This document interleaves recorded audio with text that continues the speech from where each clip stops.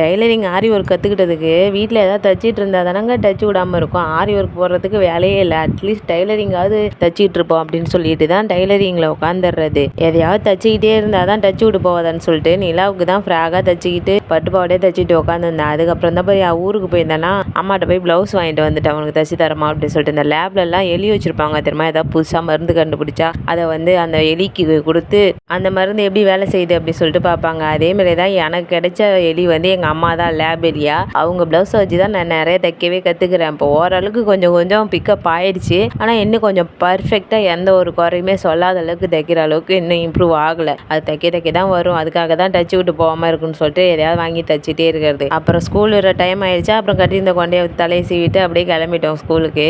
இவன் ஸ்கூல் விட்டு வெளியில் வந்துட்டாலே அங்கே போய் விளையாடணும், பார்க்கில் போய் விளையாடணும் அப்படின்னு சொல்லிட்டு தான் கூப்பிட்டுட்டே இருப்பான். சரி பேக்கை கொடுத்துட்டு போடானாலும் கொடுக்க மாட்டான். அதை மாட்டிக்கிட்டே இது என்கிட்ட விளையாடிட்டு இருக்காரு. அப்புறம் அவங்க கொஞ்சம் நேரம் விளையாண்டுட்டு இருக்கும்போதே அப்புறம் டைம் ஆனதும் நிலா விடுற டைம் வந்துருச்சு. அப்புறம் நிலாவையும் அழைச்சிட்டு வந்துட்டோம். வர வழி பூ வாங்கி கொடுங்கன்னு சொன்னால் அப்புறம் பூ வாங்கி கொடுத்தாங்க. மோஸ்ட்லி நான் வந்து இப்போலாம் கட்டுற பூவாகவே வாங்கிக்கிறது. வீட்டில் சும்மா தானே இருக்கும், அப்படியே கட்டிக்கலாம் அப்படின்னு சொல்லிட்டு போய் வாங்கணும். நான் கட்டின பூவை ரொம்ப கம்மியாக இருக்குங்க. பூவு விலை அதிகமாக இருக்கு. அதனால இங்கே கம்மி விலையில் வாங்கிட்டோன்னா பூவும் அதிகமாக இருக்குமா, செத்த நேரம் உட்காந்து கட்டணும் அவ்வளோதானே. அதனால சொல்லிட்டு சோம்பேறிப்படாமல் கட்டிடலாம் அப்படின்னு வாங்கிடுறது.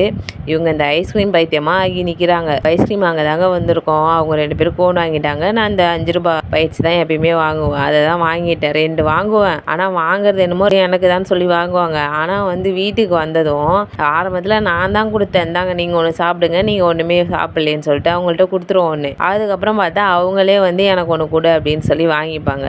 அதுக்கப்புறம் வந்து ஒன்று எனக்கு ஒன்று அவங்களுக்கு அப்படி ஆயிடுச்சு. ஃபஸ்ட்டு ஒன்று பிரித்தேன், அது புட்டுட்டு இருந்தது. அதை அவங்க வாயில் வச்சு விட்டேன். அதை பிரிக்கும் போதே அவங்க ஆனாங்களா, அப்படியே வச்சு விட்டுட்டேன். அப்புறம் 2வது ஒன்றை பிரிக்கிறேன். அது தாங்க நல்லா ரவுண்டாக இருந்துச்சு. சரி அதையாவது சாப்பிட்லான்னு சொல்லிட்டு வீடியோவில் காமிச்சிட்டு இருந்தா இவ ஆல்ரெடி கோன் வாங்கிட்டு தான் வீட்டுக்கு வந்திருக்காங்க. 2 பேருக்குமே ஆளுக்கு ஒரு கோன் தான் வாங்கினாங்க. நான் வாங்கினே இந்த பைட்ஸு. இதில் வந்து ஒரு வாய் கொடுமான்னு என்கிட்ட எப்போ பார்த்தாலும் இதேமாரி தாங்க பிடுங்கி சாப்பிட்டுட்டே இருக்கா. நான் அவள் தான் வாங்கவே மாட்டேன், அவளுக்கு பிடிக்குமே அப்படின்னு சொல்லிட்டு நான் விட்டுறது. நாங்கள் சின்னதாக வாங்கினாலும் என்கிட்ட ஒரு கடி கடிச்சாதான் அவளுக்கு தூக்கம் வரும். அவள் எவ்வளோ பெரிய கோன் வச்சிருந்தாலும் என்கிட்ட வந்து கேட்குறாங்க. நான் இந்த தடவை கொடுக்கவே இல்லைங்க. இதேமாரி தாங்க ஒரு நாள் அவளும் ஒரு கோன் வாங்கினா, நானும் ஒரு கோன் வாங்கினேன். 2 பேரும் சேமாக தான் வாங்கினோம். எனக்கு முன்னாடியே அவள் தின்னு முடிச்சுட்டு நான் தின்னு முடிக்க போகிற லாஸ்ட் பைட் அந்த கோனில் அடியில் இருக்கும் தெரியுமா, அந்த சாக்லேட்டு, அதுதான் அதில் ஹைலைட்டாகவே இருக்கும். எனக்கு ரொம்ப பிடிக்கும். அதை சாப்பிட்டுட்டே இருக்கா. அவள் சாப்பிட்டு முடிச்சுட்டு வந்து பிடிங்கிட்டாங்க. செம்ம கோவம் வந்துருச்சுங்க. இப்படி தாங்க பண்ணுறேன் அந்த நிலா பொண்ணு.